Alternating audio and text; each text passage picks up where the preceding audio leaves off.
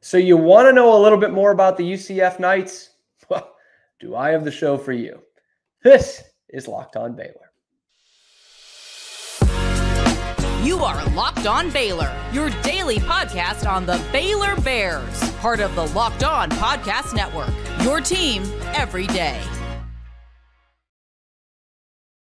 Another episode of Locked On Baylor brought to you by FanDuel. I'm Cam Stewart. Thank you for making it your first listen today, tomorrow, and every day. Joining me tonight, the great Austin Heff, who is going to be talking UCF like it's his job, kind of because it kind of is. Austin, how are you doing? I'm doing great. You caught me at a great time. We got our live weekly Twitter Spaces, Space Knights coming up tonight. So yeah, you got me in a good energy. Feeling good. Thanks for having me. That's awesome. Well, thank you for coming on because, this is interesting. I talked a little bit yesterday about the UCF fans, love them or hate them. They get Twitter. They know how to be a college fan base on Twitter. So you guys do this every day, every week with Space Knights. Kind of lay out what the deal is with the Twitter Spaces. Yeah, so we do it once a week. We started just kind of scheduling them hopping on, and we had some current and former players listening, and you just created relationships through there. We're actually interviewing someone who was on that 2013 UCF team. No. I'm sorry. I know. No. I was like, oh, you're setting me up for it. That's it's inevitable this week. Inevitable. Yeah. This week. No, and he it's going to be fun, but yeah, it's we do it every week. Three of us do it, and we've been interviewing a lot of all different sports. That's what we love about doing it. It's not just football. We do basketball, softball, and obviously football too. And yeah, we have fun with it. We just try to have fun. We've built up a friend. I call it a friend group. I wouldn't call it like an audience or like fan base of ours. It's our friends that we've grown to get closer with, and we're excited to do another one tonight. Well, that's great. So check that out every week, and we'll give you a chance to plug a little bit more. I know that's not the only thing you're doing, but talking about UCF and you, let's just start from here. And as the fan base standpoint, we saw the billboard. New members of the Big 12. I know the first game didn't go great, and I know it's only been one game, but how is the fan base feeling about life in the Big 12? First of all, I want to make sure we send our gratitude to Baylor for doing that. That's probably the nicest. I'll let them know. No, you probably have connections. I mean, you're reading ads from FanDuel and whatnot. So yeah, definitely feel the gesture. We feel the good vibes coming from you all, coming from all throughout the conference. And again, thank you for putting up those billboards. The first game, it didn't look on paper like it went well, but we had the lead in the third quarter out on the road at K-State.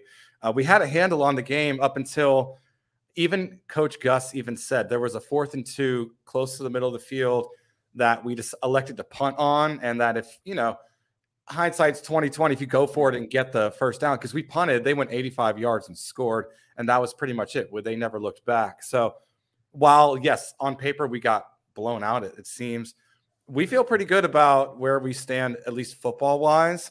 Basketball season's coming up soon, so I think the gauntlet of the Big 12 will be felt. But that's where we get our revenge on everyone, Austin. That's going to be what this year is. Yeah.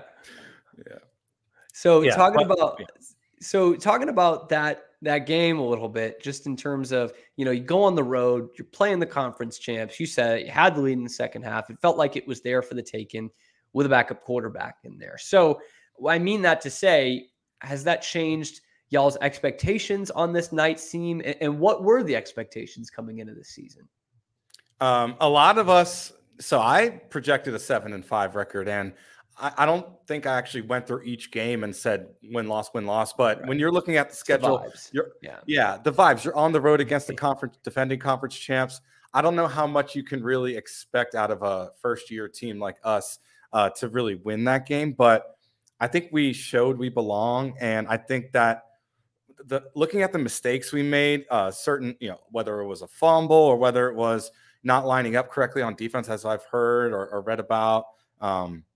I think those are issues that can be corrected. I think we have good talent. You mentioned the backup quarterback situation.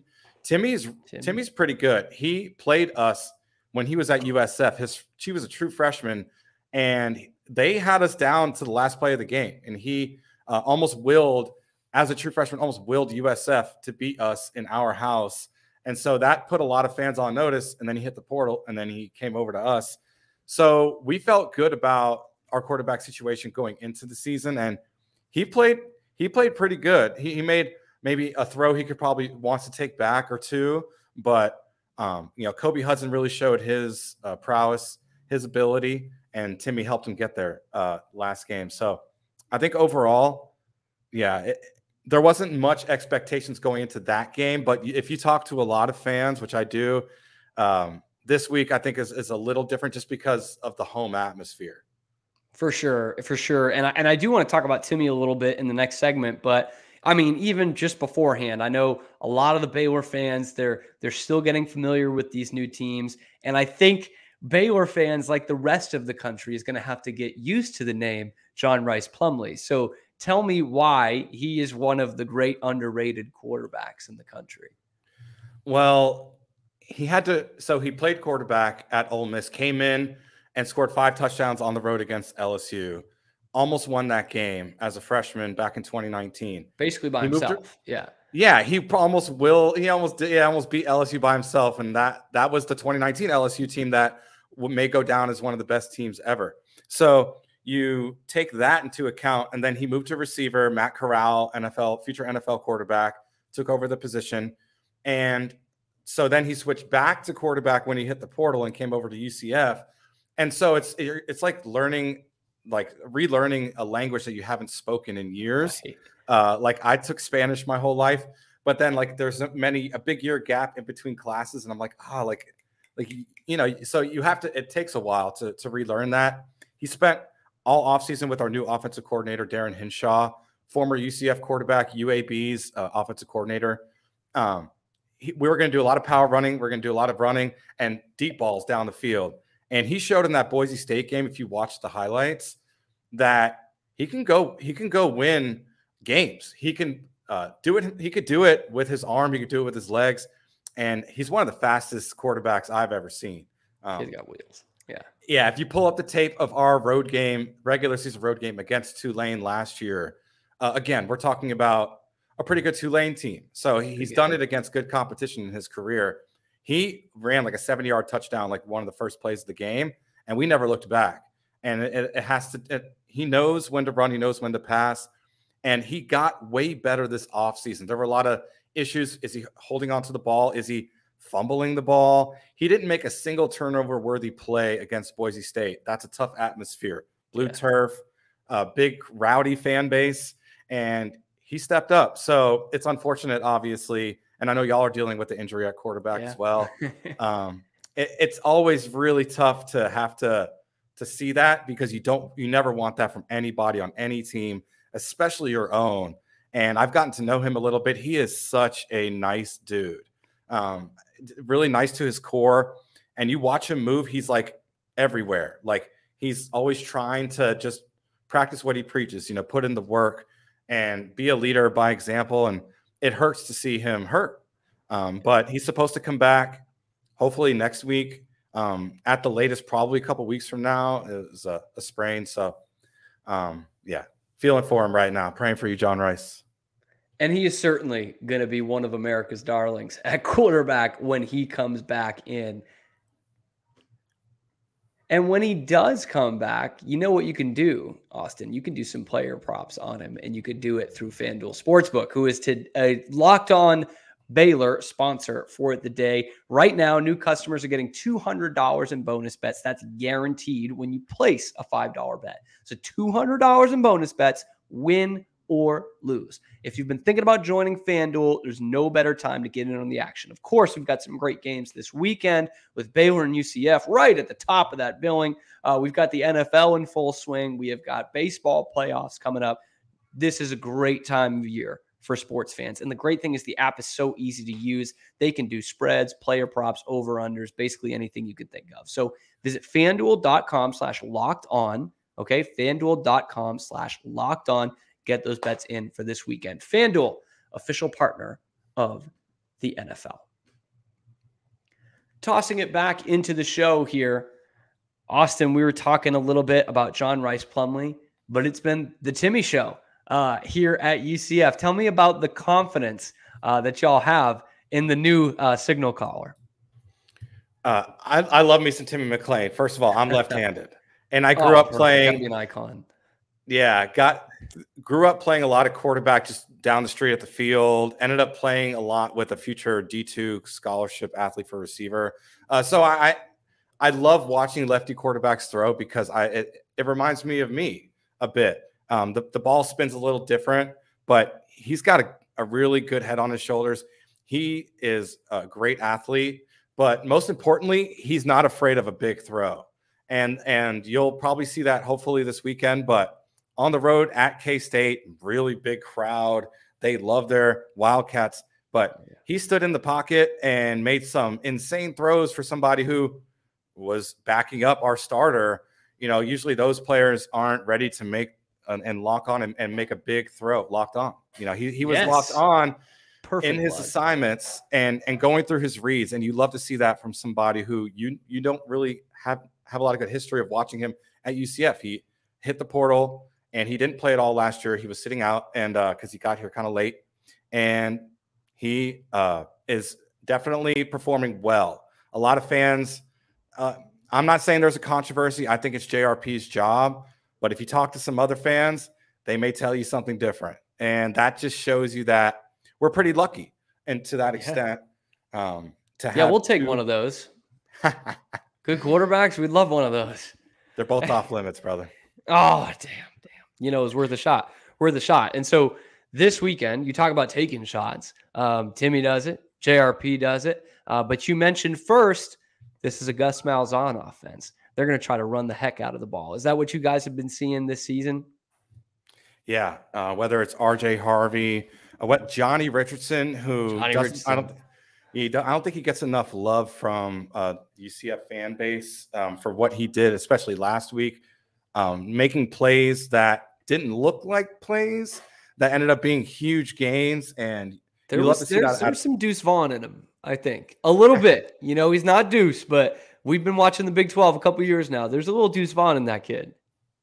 Yeah.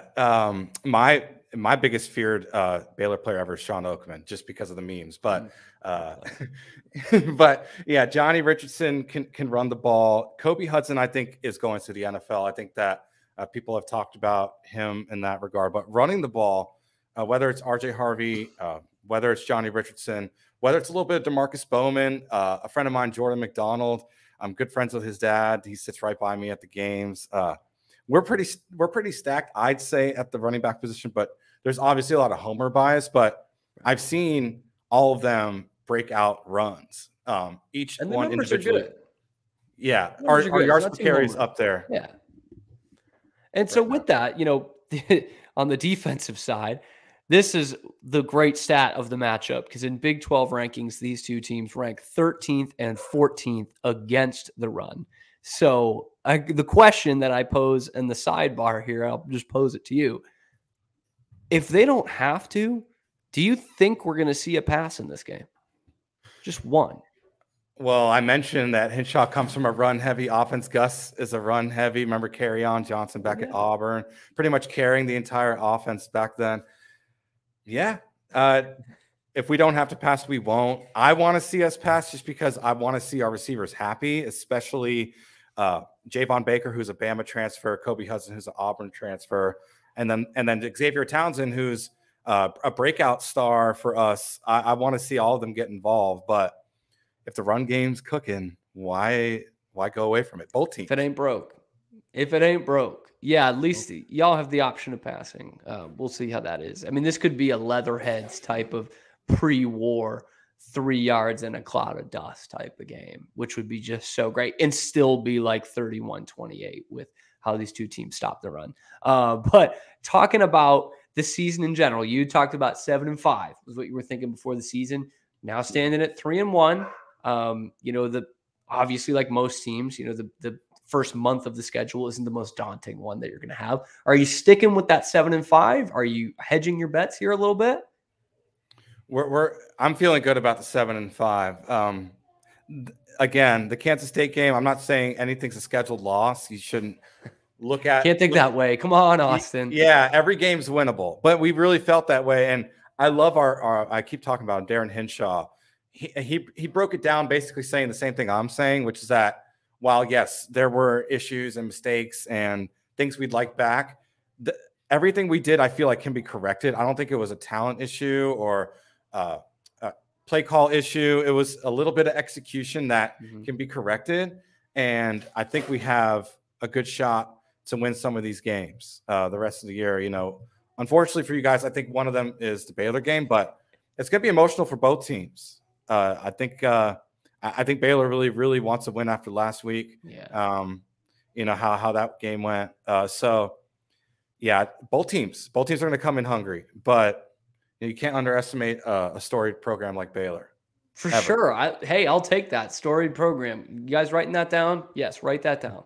Talking about, I mean, you said it. Gus basically said the same thing this week in terms of, you know, it's mistakes, but they're correctable mistakes, and that's the positive side from UCF. So with that, what have the weaknesses been in this team? What has been kind of the chinks in the armor here?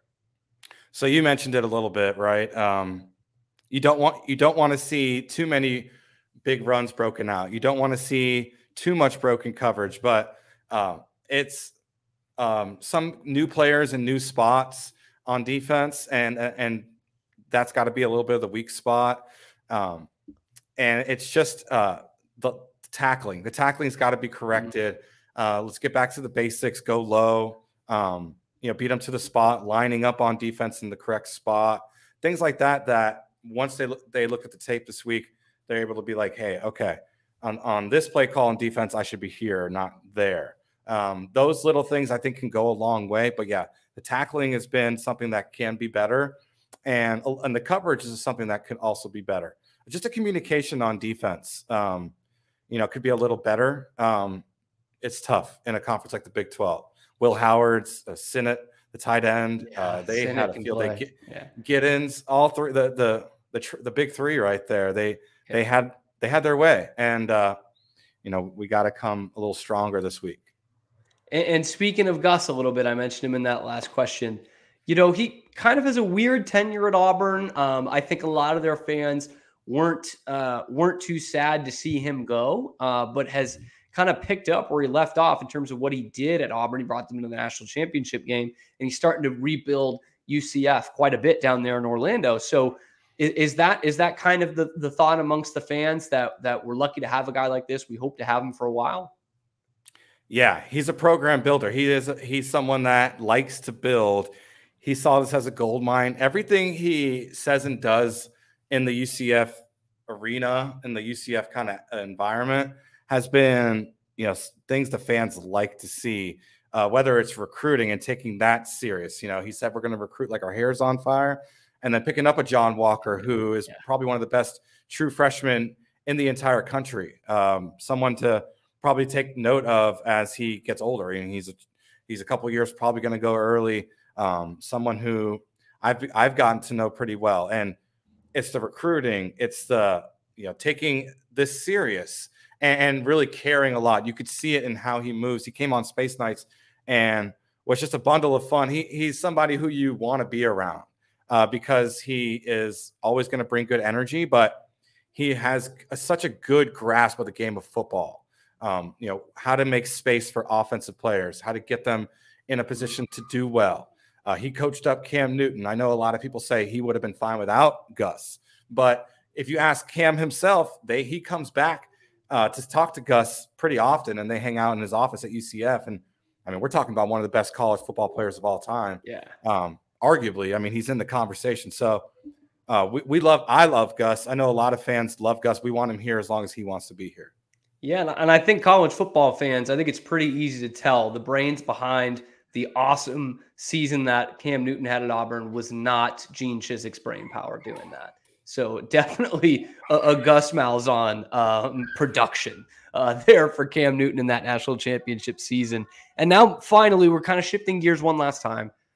Got to talk about it. How awesome is the Bounce House? Yeah, so I call it my second home. I obviously live here. It's Apopka, Florida, but I consider the Bounce House my second home for so many reasons. My freshman year, I was holding up an "In Godfrey We Trust" sign. There's a guy named Jeff Godfrey who he actually had a decent game, I think, against you guys as a receiver. But he was a quarterback back then, and Orlando Sentinel featured that photo in their like cover article about UCF. And I just love the environment, the energy. My season tickets are in a great spot. Nice. The students have been really bringing the heat this year. I've already commended them on Twitter. I want to say it again. Thank you so much, students, for understanding what's at stake.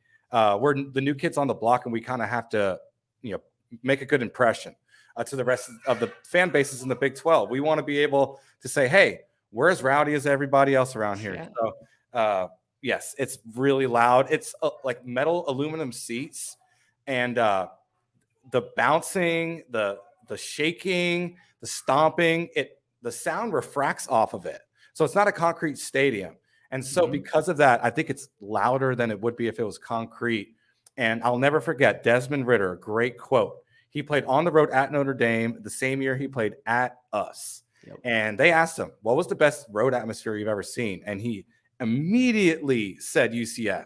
He's like, no question. He's like, they know how to cheer for a college football team at UCF. And to us, we still bring that quote back. We're like, wow, like, thank you, Desmond. Like, that gave us a lot of credibility throughout the country.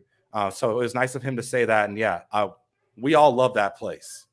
Yeah, and I mean, you can see it on TV. The Bounce House is an apt name. I mean, it really gets up. I hope it's that same way in the afternoon game. Obviously, night games are a little bit easier to get the juice in the place. But talking about the programs in general, I mentioned this on my show yesterday, in that you called Baylor a storied program. I thought that was a little flattering. We've been around a while, but the good days are relatively new again within the last 10, 15 years after some down years. So with that and the rise that we've seen of these two programs, one rising again, one rising kind of for the first time in terms of, big bowl wins and all that over the last decade, how similar do you see these two types of football programs? I know, the undergrad enrollment's way different, but in terms of, where we're located with these two high school football hotbeds, the fan base around it, do you see the similarities between UCF and Baylor, or is that just me making it up?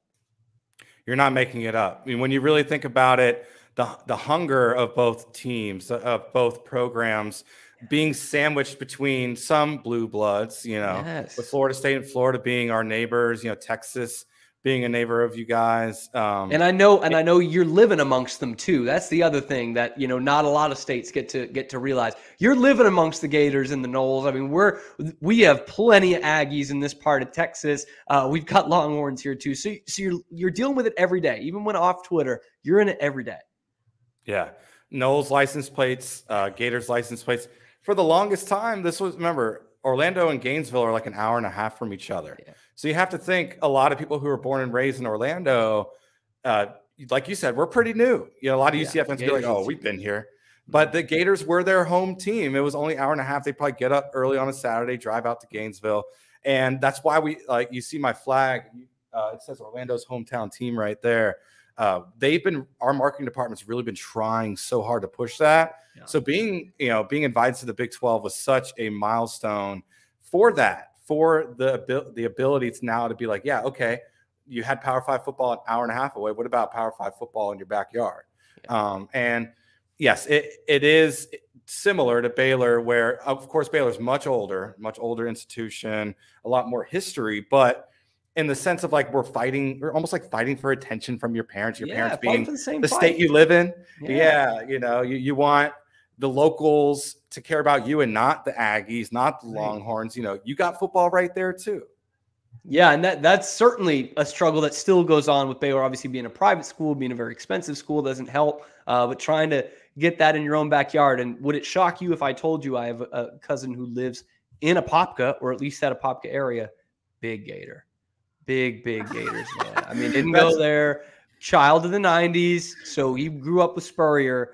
Big time Gators. So I can personally attest to that. So looking at the game this weekend, I could ask you about the Fiesta Bowl. I'm not going to. I know it was a great night for y'all. But looking at the game this weekend, Do you have a score prediction for us?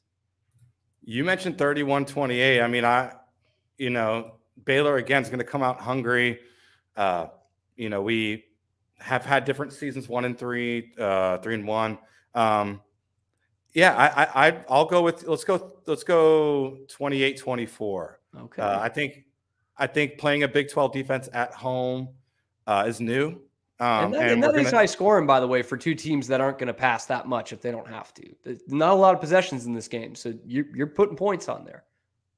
Yeah, I'll take 28-24 just because there will be good energy, and we will be prepared.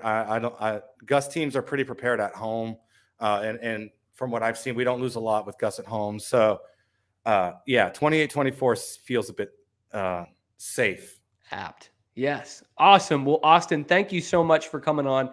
Plug away. Where can we find you on Twitter? Where can we find you on the interweb? Yeah, you see that Twitter at, thank you for posting that. That was pretty quick, and my voice just cracked. At the Space Knights, all one word. We're almost going to hit 1,000 followers. We had a pretty cool spaces with a guy named MH version 3 a few months ago. That a lot of Big 12 fans came and tuned in that night and got to experience what we do. It's fun. It's once a week, every Wednesday, either 8 p.m. or 9 p.m. We've been doing 9 p.m. because one of our hosts has night class. He's a student still. So catch us at the Space Knights every Wednesday, either 8 or 9 p.m. Follow Austin Heff. I'll be doing a lot of live tweeting. Hopefully, if we can get signal at the bounce house, we'll see. Awesome. Yeah, follow that. Check that out. For all you Big 12 fans that are looking to get more around the league, that's me. That's what I'm trying to do. So I'm following you guys now. I'm tuning into the coverage. Find Austin there. Find Space Knights and all the great folks over there. Austin, once again, thank you so much for coming on. We're expecting or hoping for an exciting game this Saturday at the Bounce House. That's Baylor and UCF. We'll be back tomorrow breaking down more of the Baylor side of things as we look ahead to that matchup. But as for now, this has been and always will be Locked On Baylor.